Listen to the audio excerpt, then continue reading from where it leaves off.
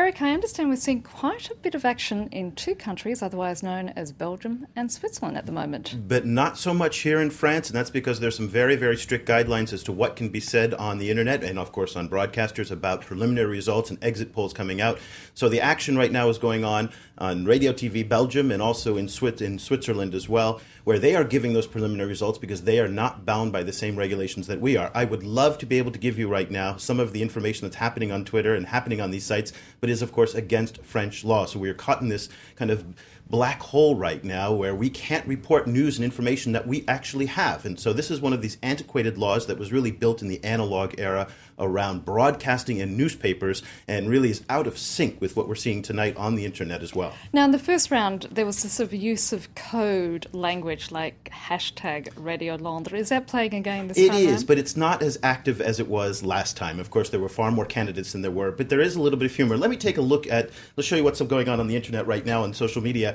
Someone at Auchan, one of the big supermarket chains here in Paris, had decided to have a little fun with the Radio Londres. So they took the President brand Camembert cheese and put it next to Flamby, and Flamby is one of the nicknames for Hollande.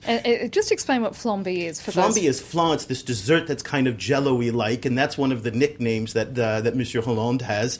And now equal amount of fun going on right here also on Twitter on the Radio Londres. Uninstalling Sarkozy, progress 99% done, and so a little bit of humor going on. Somewhat optimistic person. Well, 99% done in terms of the time right there. Pessimistic person. But of course, that is not a preliminary. Let me rephrase that so you and I don't go to jail. That is not a preliminary estimate. What? Just a little bit of the humor going along. And the ultimate tribute that anybody can have and any one country can have. Google today changed its homepage, what they call the Google Doodle, to the French elections. Vive la démocratie. Exactly.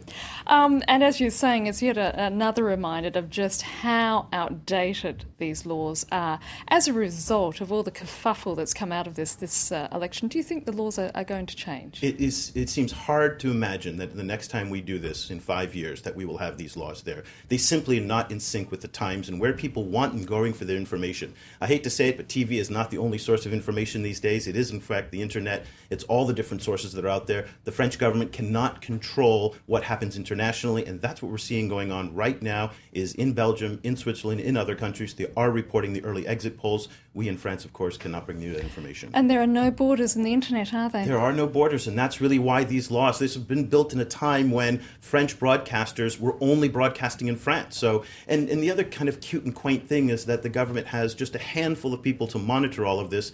10 people was the last time to go through all of those thousands and thousands of tweets. So not only is the law outdated, but the resources that they've put behind that law are also outdated, insufficient to deal with the times. Has anyone actually been fined from the first round or been... They're doing investigations right now. They will come out with some fines. They are, in some newspapers, Libération, for example, threatened to last time to break the embargo. They ultimately did not. So despite a lot of the hype, most of the French media, in fact, all of the major French media, like us, decided to hold within the embargo. And after 8 o'clock, when the official results did come out, that's when we started tweeting. But again, we were far behind Twitter and far behind the other international broadcasters.